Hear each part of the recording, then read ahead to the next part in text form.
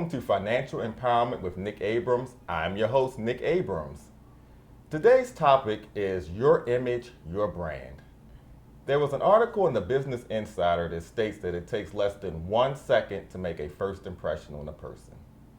That can have a huge impact on your career, your business, or just your social life in general. You only have that one chance to make a first impression. Today's guest, Evie Edwards, president of KEI Marketing, will talk about how imaging and branding is important to both you personally and also to your business. Evie, welcome to the show. Well, thank you for having me. So Pleasure let's to be get here. started right now. Tell us a Okay. little bit about yourself. Okay. Well, I'm Evie Edwards, president and CEO of KEI Marketing and Consultant. Okay. I'm a woman-owned based company based in Atlanta, Maryland. All right. And our services include marketing, professional services for small home-based businesses Okay. wanting to do business with corporate companies. Okay. And how do you do that without having an established presence? That is something that we help businesses to develop. We also provide event marketing, social media strategies, and marketing strategies to those companies. So you do a lot. Yes, we do. So you have the whole gamut at your availability, at your disposal for business owners. In terms of marketing, absolutely. Okay. Well, we're going to talk about business owners and corporate branding a little later. Okay. Right now, let's talk about personal. Okay. What is an image? Well, it's interesting you asked that question because it's about a perception. Okay. You know, how a person perceives you. And what you stated earlier is absolutely correct. A lot of employers, as soon as you walk into their office, they know almost immediately whether or not you're the person that they are looking to hire. Wow. Just looking at you. Now, Really? Absolutely. Once you open your mouth and start talking, then you have that ability to change that perception. Okay. But without saying a word, you know, they develop a perception about who you are as a person, and and it's just based on their perception of your image. Okay, so let's take a step back here. Let's say Okay. I'm Joe Smith, American citizen. Mm-hmm. How do I create an image? You create an image by your persona, how you carry yourself, what you're wearing, your body language also, your eye contact, and also how you speak to people, your mannerisms. I've worked with from students to ambassadors with the U.S. government, and your image and your persona is what carries you a long way. Okay. So we talked about the importance of that, looking at a first impression. Mm-hmm. When you create an image for yourself, is this something you have to hire somebody to do, or how do you create your own image? Well, you can, but essentially your image is who you are as a person. But hiring a style consultant, that definitely helps. Really? Absolutely. That sounds expensive, Abby. So, I mean, you go out, let's say I don't have that multi-million-dollar budget like the stars and entertainers have. How can the average person go out and get a style consultant? And is it really that expensive? Well, hiring a style consultant is beneficial for determining in what industry or what it is that you would like to do. Okay. I always tell my clients to dress for the job that you want, not for the job that you have. Okay. Hiring a style consultant is beneficial because they help establish a cornerstone for your look. Some people may want to have a professional look or a more laid-back look. It just depends on the image that you want people to perceive you as. Okay. So is there really such a thing as a good image or a bad image? Oh, absolutely. Really? Absolutely. In terms of a good image, a good image is when people are getting your message, how you want them to perceive you. Okay. That's when you're effectively creating that message that you want to convey. And I'll give you an example. One of my favorite singers, Alicia Keys. All right. Love her. Alicia Keys. When Alicia first, and this is actually indicative of a lot of R&B artists. They start out wanting to appeal to a certain audience. Whoever that, if it's R&B or hip hop, but then they grow larger and they want to appeal to the masses. And then they bring on a style consultant to help them soften their image or soften their appeal, so to speak. In a professional setting,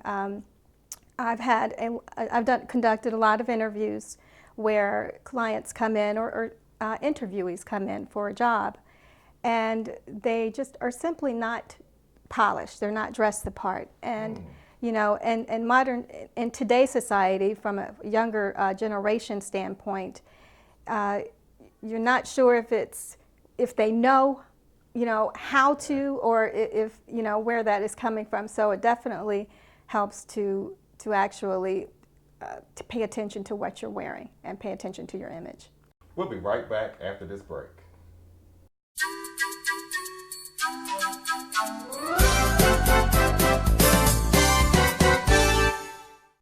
Hello, this is Nick Abrams, and this is your financial tip of the day.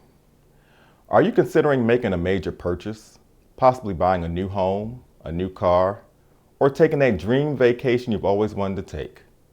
Or are you having problems making your ends meet from month to month? Well, developing a budget could help solve those problems and help you achieve your goals. A budget is a snapshot of your income versus your expenses. When you create a budget, you want to take a look at what all of your income sources are. That's your salary, pension, Social Security, investment income, and then take a look at what your expenses are. Your housing, auto, entertainment. Your income should exceed your expenses. If not, then it's time to take a hard look at cutting some of those expenses so that your income does exceed your expenses and you have money left over at the end of the month for your goals. This is your financial tip of the day, and I'm Nick Abrams.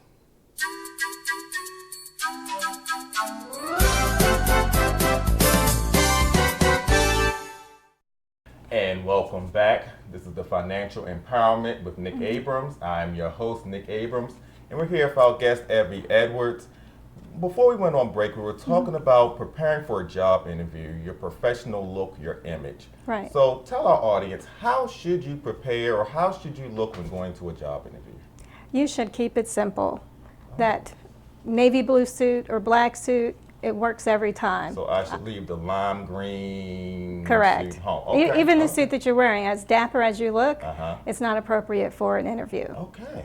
I'll remember that. The basic white shirt or the blue shirt. Okay. You don't want to wear any colored shirts underneath the suit. You know, you want to dress for the occasion. And definitely, if you don't have an actual suit, a white shirt and a tie is appropriate. Okay. Now for the ladies, how should they come into an interview? What type of look should they have? The women should be well covered up. Okay. Nothing hanging out. Hear that, ladies? Well covered up. Now I'm wearing colored nail polish. That's a no-no in an interview. Really? You should also hide your tattoos because it's distracting. It's distracting, and what you want to do, you don't want to show that type of personality. You want them to hire you based on your merits of what you have to say and not necessarily how you look. Wow. The jewelry is also, keep your jewelry simple, keep your hairstyle simple. Arrive early. You know, when you arrive on time, you're actually late. That's important, yes, okay. Mm-hmm. And you know, it's a lot of etiquette that goes into an interview. Okay. But just maintaining a simple look and sticking to the navy blues and the blacks, you're in a safe zone. Okay.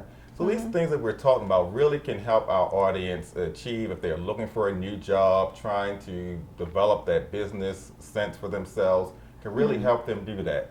So any closing thoughts on how an individual can change their image, what their image should be? Where can you go online to find this? How do you go for doing that? Well, just keeping your image polished and appropriate to the industry that you're looking to be in.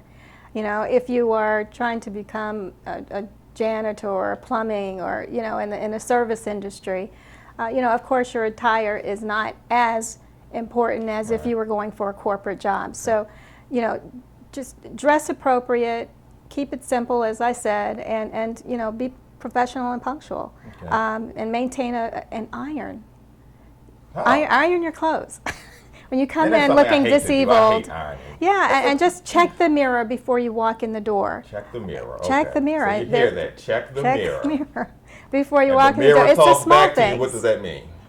That means you need to fix something up. I want to switch gears a little bit. Okay. And we talked about the personal side, but let's look at corporate branding. Okay. So we've got, you've got your major companies out here who have marketing budgets. They spend millions and millions of dollars creating a brand and an image for their corporation. But for the small business owner or the entrepreneur who's just starting out, is it important to create that image from Absolutely. the get-go? Oh, really? Yeah, absolutely. And why is that? Well, as a small business, you have so many benefits now that what didn't exist 10 years ago. And, I'm speaking from a technology and social media standpoint. Yeah. You have the benefit of reaching thousands just from your social network and utilizing that to your benefit as a small business owner. But one of the things that you should start with is to establish your message that you want to convey and be consistent with that message, and that's what branding does. Creating the message. Mm-hmm. So I'm starting out a business. How do I go about the branding, creating that for my business? Well, sit down with yourself and create, first and foremost, to create your business plan. Once you have your business plan, what message, what's your, 1 minute elevator speech that you want to give to your target audience. Once you establish that message, what is the vehicle that you want to use to convey it? And social media is just it's a dynamic platform for doing that, for your branding. Okay. So create that now. Mm-hmm. How much does all that cost, though, Abby? I mean, do I have to hire a company? I know there are companies that do that. I'm a new business owner. How do I put that in my budget and make sure it's done right? It can be as low as a few $100s and Really? upwards of thousands, depending on the source that you use for your branding. But essentially, you want your branding to be effective. You want it to be directed to the market that you're looking to do business with. But overall, branding and marketing, they are hand in hand. Okay. And it's a doable and a necessary evil for small businesses, because Okay. that's what you use to drive your business. Okay, when we come back from this break, we're going to talk a little bit more about how corporations can brand and get some more expertise from our guest, Evie Edwards. We'll be Thank right you. back.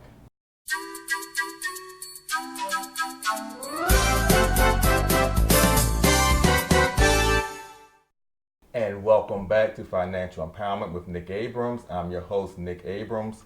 Once again here with the lovely Evie Edwards.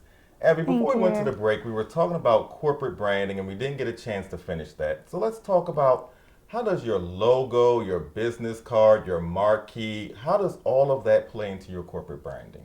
It plays a lot because it also speaks to your image as well. And we always seem to come back to image. Comes So back image to is the big image. thing. So we've got to have the image. Because it's the perception of how people perceive you. And your logo can be whatever you make it, but it has to speak to what your product is, Really? or what your service is, or it should. Okay. And your logo should be consistent on all of your signage, everything that your company has, from the stationery to your business cards. It should all be stationary and consistent. So really you're saying the logo is something that should be there should be some thought around it, not something that you just sort of draw up real quick and stick on a business card. You should really have that. Absolutely. That's the face or the image of the company. That's the picture, that's the logo that people see of your company, and that's what they associate with your name, with your company's name. Wow, okay. So now for the person who's just starting out in business, starting out, I've got an idea, something I've come up with I want to do. How do I do all this? I mean, and if let's say I'm a computer engineer consulting and I'm not a graphic design person, how do I make that work? Well, the internet and Google is your friend. Really? Absolutely. There are a lot of logo companies and websites that are out there that can help you design your logo.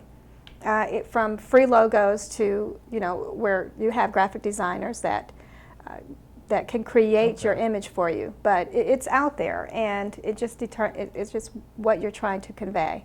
Okay. Keep it simple. So, also, when we're looking at that, and you mentioned websites, and let's kind of go back. We talked earlier about social media.